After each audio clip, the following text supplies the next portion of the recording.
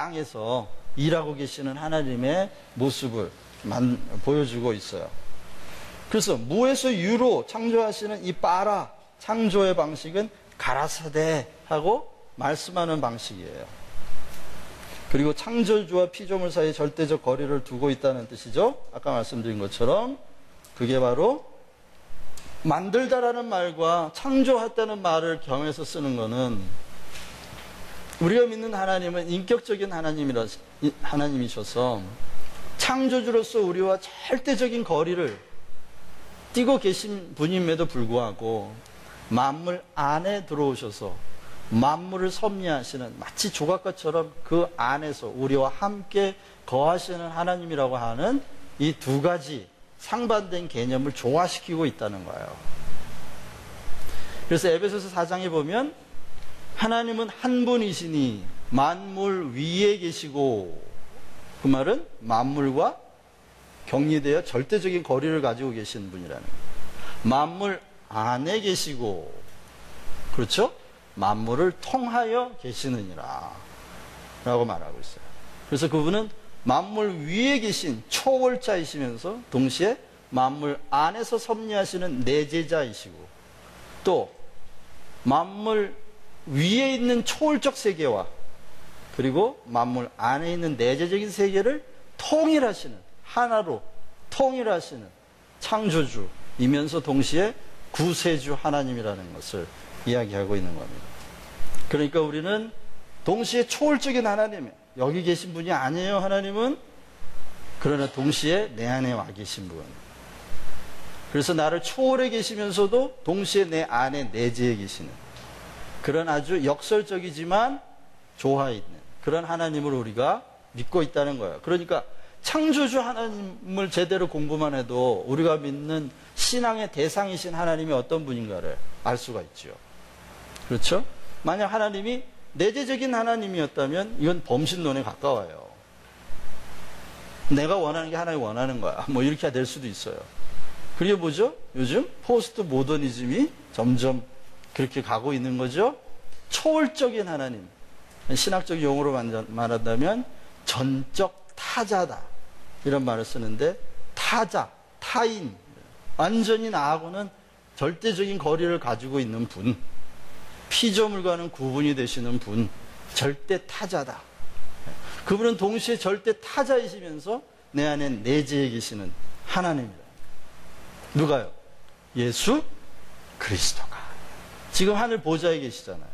그런데 예수의 이름으로 와 계신 성령을 통해 내 안에 내재해 계시다. 그래서 동시에 주님은 나를 초월해 계시면서도 내재하시니까 내 인생의 안팎에 다 계신다고 할 수 있겠죠?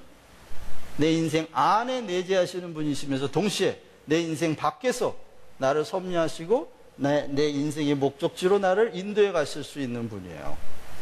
그런 분이라는 걸 알게 됩니다. 자, 또 거기에 보면 피조물의 위치라고 그랬는데 2절 말씀을 한번 읽어볼까요?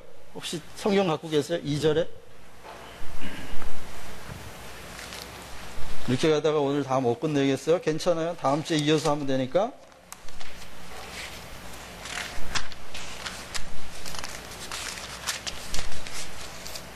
이 절에 보면 땅이 혼돈하고 공허하며 어둠이 깊음 위에 있고 하나님의 영은 물 위에 움직이고 계셨다. 1절과 2절 그 다음에 3절에 보면 하나님이 말씀하시고 빛이 생겨라 하시니 빛이 생겼다. 자, 이거 무슨 말이냐면 하나님이 창조를 하셨어요. 그러면 세상은 없다가 있게 된 거잖아요. 그렇죠? 없다가 있게 됐어요. 그러면 피조물, 생겨난 창조물, 피조물의 위치는 무와 유 사이여야 해요. 사실은. 그렇죠? 그런데 성경을 보면 이상하게 땅이 혼돈했다. 혼돈이 먼저 있네? 어둠이 먼저 있고 공허가 먼저 있네? 그리고 나서 빛이 만들어졌다. 이렇게 돼 있어요. 아까도 말씀드렸지만 성경의 관심은 하나님과 인간의 신앙 관계예요. 철학적 주제도 아니고 과학적 주제도 아니에요. 피조물의 위치를 무와 유 사이에 두는 건 철학자들의 관심이야. 있다는 게 뭐냐, 없다는 게 뭐냐, 그건 철학적 관심이야. 신앙인의 관심은 지금 있는 이 만물을 신앙인은 지금 어디에 두고 있느냐면 빛과 어둠 가운데 두고 있는 거고 혼돈과 질서 가운데 두고 있는 거예요. 공허와 충만 사이에 두고 있는 거예요. 다시 말하면 피조물의 위치가 어디냐? 질서와 혼돈과 질서 사이에. 빛은 질서를 잡을 수 있죠. 어두움은 무질서해지잖아요. 혼돈이 오고요. 공허함이 오는 게 어둠이에요. 이게 무슨 말이냐면 피조물의 위치가 이것을 한번 생각해 보세요. 이 창세기를 썼을 당시의 세상이 어땠을까요? 질서가 잘 잡힌 그런 세상이었을까요? 아니면 혼돈과 무질서와 악이 충만했던 세상에서 이 책을 썼을까요? 그렇죠. 혼돈과 악과 무질서와 어둠이 충만했던 세상에 살던 신앙인들이, 하나님을 만난 신앙인이 태초에 있던 일들을 계시로 받아 적은 거예요. 다시 말하면 그들의 실존, 그들의 현재의 모습이 이 책 안에 반영이 되어 있다는 거예요. 그래서 이들은 철학적 관심이 아니에요. 있다 없다 사이에 피조물을 둔 게 아니에요. 그게 아니고 이 피조세계라고 하는 건 언제나 혼돈과 무질서와 공허의 위협을 받고 있다는 거예요. 언제든지 이 피조물은 공허해질 수 있고 무질서해질 수 있고 어둠에 빠질 수 있는 그 가능성 속에 항상 놓여 있다는 거예요. 그러나 하나님의 창조 행위, 빛을 창조하신 하나님의 그 창조 행위로 인하여 이 만물은 질서가 유지되고 공허가 아니라 충만, 혼돈이 아니라 질서, 어둠이 아니라 빛의 세계로 붙들려 있다라는 것을 고백하고 있는 것입니다. 이것도 신앙 고백이에요. 신앙 고백. 왜? 사실을 알려면 어디로 들어가야 돼? 생명의 신비로 들어가야 되고 창조주 안으로 들어가야 돼. 그거는 불가능한 일이라니까요. 불가능한 일이라니까요. 다만 우리는 이미 지어진 세계와 그리고 창조주 하나님의 계시를 따라 우리의 위치, 피조물의 위치가 지금 어디에 있느냐, 그걸 아는 게 중요해요. 우리는 그것만 알면 돼. 이해가 가세요? 그러면 봤어요. 여러분의 삶, 우리의 삶이라는 위치도 어디 사이에 있다? 혼돈과 질서 사이에 있다는 거예요. 빛을 창조하신 그 창조주의 도움이 없이는 우리의 삶은 언제든지 혼돈으로, 파괴로, 공허로, 무질서로, 어둠으로 갈 수 있는 위기 가운데에 있다는 겁니다. 그러나 수억 년 전에 빛을 만드셨던 그 하나님의 창조주가 지금도 살아계셔서 우리의 삶을 빛으로, 질서로, 밝음으로, 충만으로 인도해 가시는 그 행위들 지금도 하고 계시다는 거예요. 지금 여기서 하고 계시다는 거예요. 그것이 바로 신학적인 관심이에요. 모든 피조물은 영원하지 않고 혼돈과 공허와 어둠의 위험 속에 두셨는데, 다시 말하면 멸망의 가능성 속에 세계가 존재한다. 그게 선악과 사건을 보면 먹으면 정령 죽으리라 그러시죠? 죽음의 가능성이 있도록 창조하셨다는 거죠. 그래서 이것은, 이 피조세계는 영원한 세계 하나님 나라의 밑그림이에요. 밑그림. 피조물 자체가 완전한 피조물이지만 하나님은 이 상태에서 만족하시지 않고 이것은 영적인 창조의 완성을 위한 밑거름입니다. 먹으면 죽으리라. 여전히 죽음의 가능성이 있었다는 거예요. 범죄하기 이전에도. 그렇죠? 범죄가 아직 발생하지 않았는데도 여전히 죽음의 가능성이 있었다는. 그러면 아담도, 범죄하기 이전의 아담도 구원을 받아야만 했던 존재였다는 거예요. 무엇으로부터? 죽음의 가능성으로부터 구원을 받아야 될 존재였다는 거예요.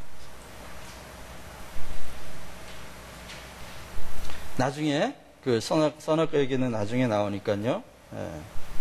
하나님의 섭리가 없으면 안 되도록 하셨고, 피조물 안에 내재하시는 하나님을 그리고 있는 거고요. 하나님의 주권, 곧 하나님의 의지, 그분의 살아계신 하나님의 의지가 보다 하나님은 이 세상 피조물을 어둠과 공허와 무질서에 빼앗기려고 하시지 않는다는 거예요. 오히려 거기로부터 우리를 구출해 내시려고 하는 하나님의 의지를 이 창조 기록에서 우리에게 보여주고 있는 것이다. 3절에 빛이 있으라. 자, 빛이 있으라 하는 것을 이야기했는데, 이 책을 썼던 당시에 동양, 근동 지방에 아주 횡행했던 종교가 뭐냐면 태양신을 믿는 종교였어요. 그 태양신을 믿는 종교예요. 그들은 태양, 빛, 이걸 신으로 여겼어요. 신으로. 하나님하고 동일선상에 두었단 말이에요. 그거를. 그런데 창세기에 보면 빛이 있으라, 하나님이 말씀하시는 하나님이 나오고 빛은 그냥 피조물이 돼요. 다시 그러면 그들이 이방 종교인들, 동방에서 믿고 있던 태양신, 신이 여호와 하나님의 피조물이 자리로 떨어져 버리는 거예요. 그렇죠? 그래서 이것도 신앙 고백이라는 거예요, 말씀. 우리는 어떻게 해서 빛이 생겨나는지 몰라요. 말씀으로 천지를 창조하셨다고 하는 건 우리가 알 수 없는 신비의 세계, 알 수가 없는 생명의 세계에 대한 신앙 고백이에요. 그것은 하나님의 뜻과 의지대로 되었습니다. 라는 의미라. 그런데 그 당시에 이런 고백이 필요했던 것은 인간들이 그 참 하나님, 창조주 하나님을 경배하지 아니하고 피조물을 하나님의 자리에 올려놓고 우상처럼 섬겼던 그들의 그런 종교적인 형태들을 반박하고 거기로부터 참 하나님을 분리해내는 일을 이 창세기를 통해서 하고 있다는 것입니다. 태양과 빛을 구분해버려요. 왜? 태양신을 믿었는데 태양신보다 뭐가 먼저 있었다? 빛이 먼저 있었다고 선포를 해버리는 거예요. 그 이해가 안 되는 거죠, 이 사람들은? 아니, 태양하고 빛하고 어떻게 분리가 될 수가 있나, 이거를. 그런데 태양이라고 하는 그들이 신으로 여기는 태양이라는 존재보다도 먼저 빛이라는 게 있었는데 그 빛조차도 하나님보다 나중에 있었던 거다. 라고 벌써 2단계나 밑으로 떨어뜨려 놓은 거죠. 그러면서 이방 종교가 그들이 믿고 있는 여호와, 야훼 하나님에 비하여 얼마나 낮은 존재인지 반박하고 있는 것입니다. 더 근본적인 창조주를 드러내고 창조가 하나님의 유출이 아님을 나타내고 창조물과 피조물 사이를 엄격히 분리하고 있는 것입니다. 여러분, 그러면 여러분 안에 정말로 하나님께서 여러분들이 믿는 하나님이 창조주 하나님인 걸 믿으십니까? 그리고 그 창조주 하나님이 지금도 이와 같은 똑같은 창조 행위, 고대인들이 신앙으로 고백했던 그 창조 행위를 지금도 하고 계시다는 걸 믿으십니까? 그게 여러분의 현실이 되기를 바라십니까? 아멘 좀 크게 하세요. 이렇게 그냥 싫은데 억지로 하는 것 같아요. 네? 자, 거기에 또 4절에 보면 보시기에 좋았더라 이런 말씀도 나와요. 보시기에 좋았더라는 말이 여러 번 나오죠. 근데 그것은 심미적으로 아름답다 그런 의미가 아니고요. 그것은 신학적인 선포인데 그거는 합목적적이다. 아주 하나님의 의도와 창조의 목적에 딱 맞는다 그런 말이에요. 우리 시편 104편을 보면 너무 아름답게 그 창조에 관한 이야기를 노래로 만들어 놨는데 한번 보실까요? 시편 104편.